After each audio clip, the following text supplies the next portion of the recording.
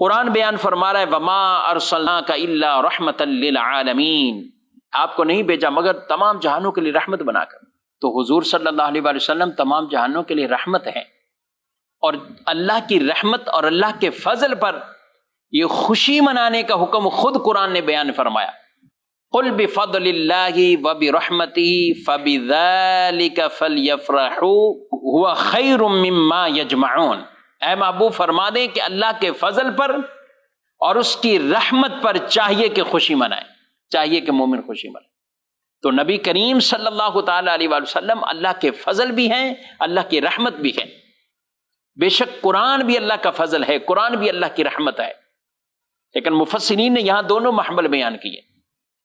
آپ صلی اللہ علیہ وسلم کی ذات مبارکہ کو بھی بیان کیا گیا، آپ کا رحمت للعالمین ہونا قرآن نے بیان فرمایا، آپ کا رؤوف الرحیم ہونا قرآن نے بیان فرمایا ہے، آپ کا مومنوں کے لیے عزیز علیہ ما عنتم ہونا قرآن نے بیان فرمایا ہے۔ تو قرآن پاک میں بھی مختلف انداز سے آپ کی شانوں کو اور اوصاف کو بیان کیا گیا ہے، یہی میلاد میں بیان کیا جاتا ہے۔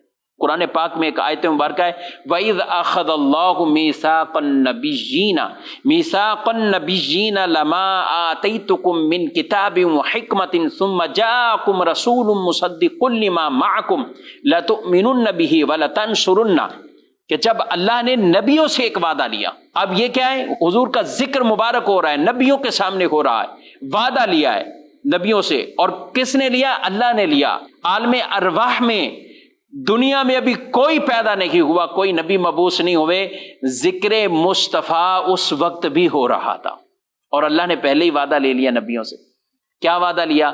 کہ تمہیں ضرور کتاب بھی عطا کروں گا، تمہیں حکمت بھی عطا کروں گا۔ ثم جاءکم رسول مصدق لما معکم، پھر وہ رسول آئیں گے جو کچھ تمہارے پاس ہے وہ اس کی تصدیق کریں گے، وہ اس کی تصدیق کریں گے۔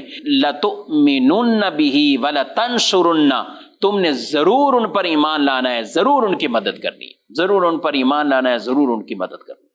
وہ ایمان اور وہ مدد کیسے؟ کہ سارے انبیاء اپنی اپنی امت کو حضور صلی اللہ علیہ وسلم کا ذکر خیر کرتے اور بتاتے کہ وہ نبی آخر الزمان تشریف لانے والے، وہ جب لائیں، اگر تم میں سے کسی کی عمر اتنی زیادہ ہو جائے تو ان پر ضرور ایمان لے کر آ جائے۔